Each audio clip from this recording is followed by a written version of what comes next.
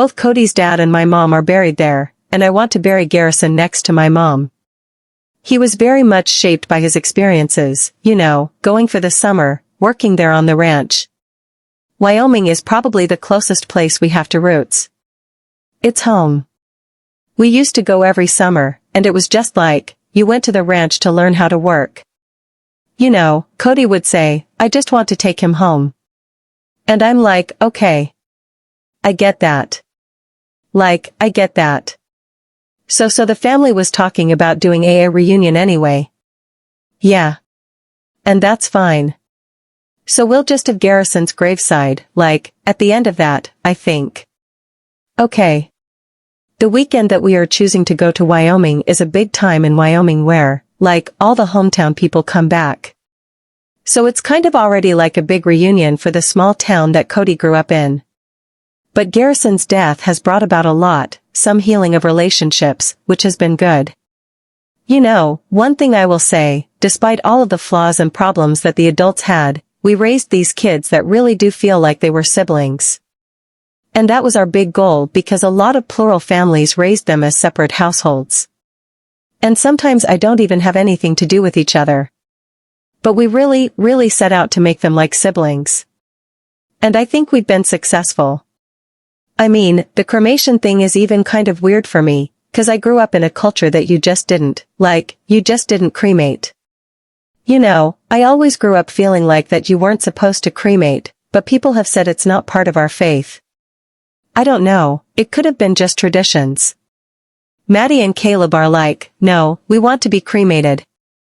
I'm like, okay, so maybe it's a new generational thing? I don't know.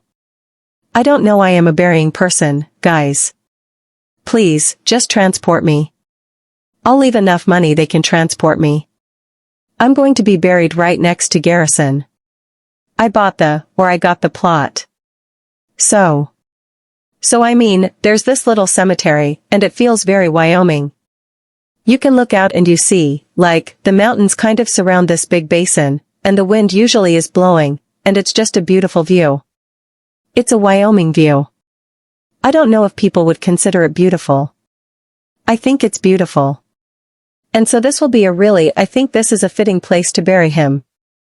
I would say that every day I think of a Garrison every day. Nothing's the same.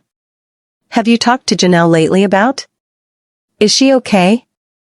Or she don't like to talk about it? We did a little bit and she's just talking about his services and she's like, it's just too hard to face. It's just too hard. I've talked to Janelle on and off all the time. We talk about business stuff. We talk about our kids. We talk about everything. We talk about Garrison too. I mean, her life has never changed. Like, we were at the movie last night, and the guy wakes up out of a coma, and he's like, where's my son? And everyone tells him his son is dead.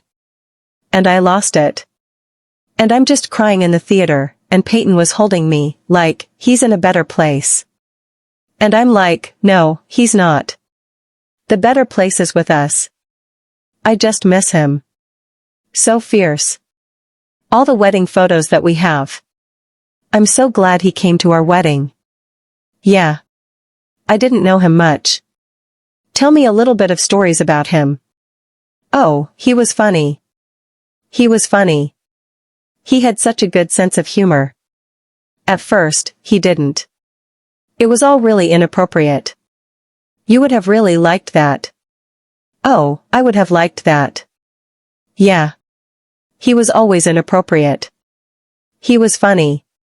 He just had this comedic relief where we'd be having, like, a tense moment, and then he'd be like, go get him, tiger, or whatever. He would just say these funny things that would just kind of break the ice and make everybody relax.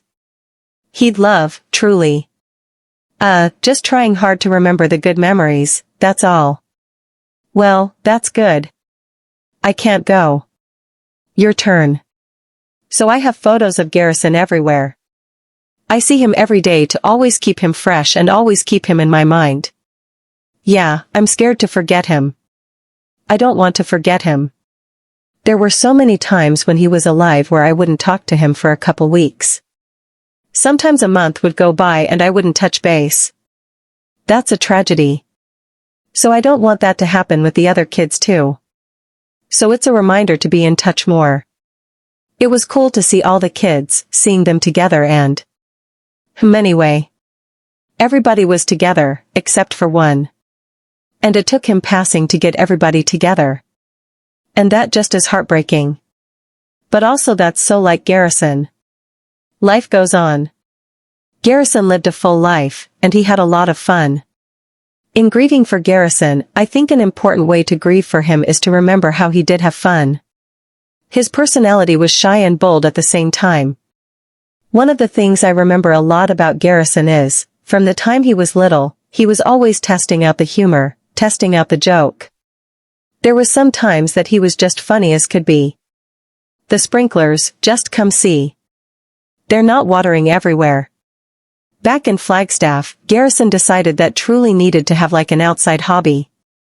So he brought over these bricks with slats in them and he cut the wood and he built these planter boxes that were so easy.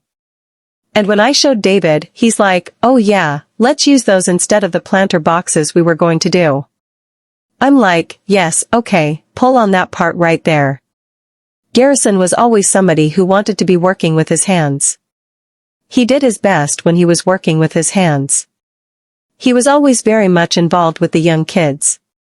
Like, he was very mindful of Truly. We got to eat chow.